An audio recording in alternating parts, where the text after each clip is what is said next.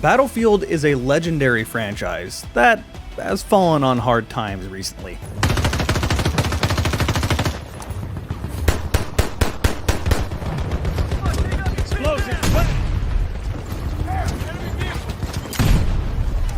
Very hard times, but it's still given me some of my favorite gaming moments ever. I'm in another squad at the moment and I'm on the ground. I'm a soul. That's Someone's an enemy team. Oh my gosh! It just spawned.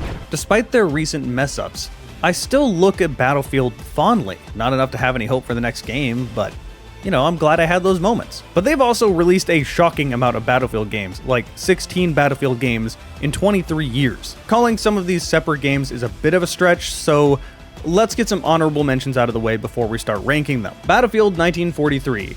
This was basically 1942, but on consoles only. Battlefield 1942 wasn't on consoles, so this one deserves a mention, but really doesn't deserve a place on the list. Battlefield 2 Modern Combat.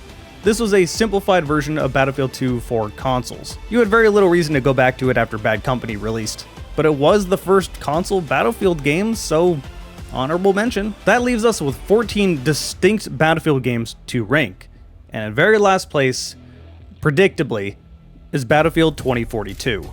This is the game where EA did not learn from their Battlefield 4 mistakes. It was a completely broken game on launch. It also changed Battlefield in a way that nobody asked for. No one wants Battlefield to be a hero shooter. Stop trying to make that be a thing. Also, preferably, make the game actually work. Again, you figured they would have learned this after Battlefield 4's horrible launch, but there was at least a good game somewhere in there they could fix up. It's not really a good game here for Battlefield 2042. At 13th place, we have Battlefield Heroes. Battlefield Heroes was a free-to-play game that doesn't look like Battlefield at all. It is exactly what you would expect from the title. A hero shooter, but not like the modern hero shooters we have now. This doesn't play like Overwatch. This was when Team Fortress 2 was still massive. And you could tell just by looking at it, it wanted to be Team Fortress 2. Even the trailers are similar, but being a free-to-play game that released in 2009, it had everything you would expect from a free-to-play game in 2009. Microtransactions were all over this game, and thus there was many pay-to-win aspects. There was plenty of things you could change, like how much damage your gun did. You could also get items like a beehive to throw on enemies, making them lose complete control of their character. Like other Battlefield games, it does have a class system, but saying it as a class system is misleading. This is a hero shooter. The soldier was a mid-speed, mid-health, mid-ranged medic. The gunner was a heavy, high-health, slow-damaging dealer. The commando was a low-health, speedy, high-damage specialist. Again, nobody asked for Battlefield to be a hero shooter. Keep this garbage out of Battlefield. Number 12, Battlefield Play for Free, the other free-to-play Battlefield game that is not good. This one played more like a traditional Battlefield game, but it was full of microtransactions and was very pay-to-win. Not much more needs to be said. Battlefield 5, I'm sort of all over the place with this game. This game was full of controversy, but I honestly didn't care about most of it. While people were upset about the aesthetics of the video game and people that were not historically accurate, I was too busy not giving a shit, as this is a multiplayer game and I don't care about cosmetics. I'm just trying to top the scoreboard. No, what I didn't like about Battlefield 5 was just how it played. The guns did feel quite good in Battlefield 5, but the faster time to kill didn't really gel with the map design in my opinion. I found the maps were either too open, thus making it very risky to actually go anywhere, or the maps funneled people into a choke point that made almost everything play like Metro, resulting in a stalemate where very little progress was made. This could get boring at best and frustrating at worst. Sometimes Battlefield 5 did play really good though, and you saw what there could have been, but most of the time I found myself just not really having much fun with this game. At 10th place is Bad Company Vietnam. Not to be confused with Bad Company 2's DLC, this was the second Battlefield game ever released, for PC only, way back in 2004. Much like you would expect from the title, this was Battlefield, but during the Vietnam War. Running on the 1942 engine, I don't have a whole lot to say about it. It plays like Battlefield 1942, but in Vietnam. A very polished experience that was enjoyable for its day. In 9th place is Battlefield 2142. This is a really interesting game, as it's the only time Battlefield has really gone into the future. I like sci-fi settings, and seeing what DICE could do in the future was really neat. For the most part, that was its gimmick. It was Battlefield, but with mechs. That said, it has one mode that we've not really seen since. The Titan mode. Your objective is to destroy the other team's Titan. while trying to defend your own. Titans are these massive, heavily armored flying warships that have force fields protecting them. Force fields are up during the first part of the battle. Players must fight to control anti-Titan missile silos scattered throughout the ground. Titans can be moved throughout the battlefield, but only by the team's commander. Each Titan can defend itself and contribute to the fight on the ground with 4 anti-ground guns and 2 anti-aircraft guns. Once the shields are down, you can simply stay on the ground and continue to shoot at them with ground-to-air missiles, or you can board assault pods and get onto the Titan itself. This is just a really cool concept that we haven't seen in any Battlefield game since. In 8th place, I have Battlefield 1942. This game was, ironically, very ahead of its time. Released in 2002, we didn't really have multiplayer experiences like this. I mean, hell, for a time frame, this released a full year before the first Call of Duty game. And no, I'm not saying it's similar to Call of Duty in any way. But it's really impressive how they nailed the Battlefield experience on their first try. It's even more amusing that anytime they try to iterate on this and really change it, it tends to not do well. At number 7, we have Battlefield 2. This is the first time Battlefield went to the modern day. Battlefield 2 released in 2005. Again, you could say it was ahead of the curve because Call of Duty Modern Warfare didn't release till 2007.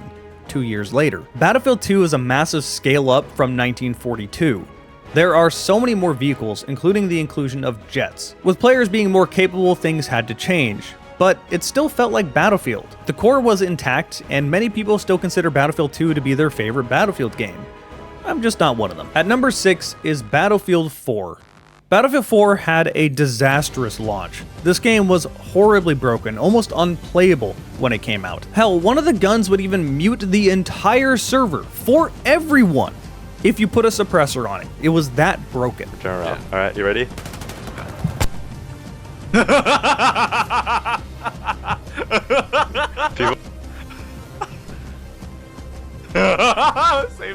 Same.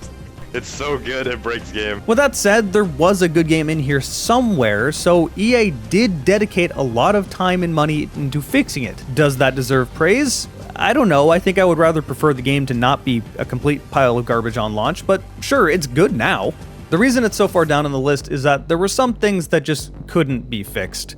The biggest one being the maps. I found a lot of these maps were way too vehicle-centric, not really giving infantry the proper way to fight back. They didn't seem to have great flow, and overall the experience suffered because of it. It doesn't help that I also thought the gunplay was a pretty notable step down. It felt like you'd be shooting at people and your bullets weren't really going where you were aiming, even after they fixed the hit reg. So I don't know, Battlefield 4 is a pretty good game nowadays, but there's just a lot of baggage here and I would find myself rather playing other Battlefield games. At number 5, I have Battlefield Bad Company. Now, if we were only doing multiplayer, I would actually probably put Battlefield 4 above it, but I do consider Bad Company to have the best campaign out of any Battlefield game. One of the only Battlefield games where they really focused on single player. The campaign was great in this game, like fantastic even. It had a well-told story and the gameplay mechanics, notably destroying everything, fit well in the campaign. There was a lot of character with a lot of fun gunplay. Meanwhile, Battlefield 4's campaign is pretty dang bad, so I put this one over Battlefield 4. It also helps that Bad Company's multiplayer was genuinely very good. I still think the Bad Company games have by far the best destruction out of the entire series, and I wish they would bring that back. At number 4, we have Bad Company 2. I don't actually have a whole lot to say here, it's more Bad Company 1, but better. Except I think the campaign wasn't as good, but it was still very good overall. So again, this is more Bad Company, it is a sequel. At number 3, I have no doubt an extremely controversial placement, Battlefield Hardline. Hardline gets a lot of hate, but I liked this game. I found it really fun. I think Hardline's biggest problem wasn't that it wasn't a good game, but that it should not have been a $60 game. This is an expansion.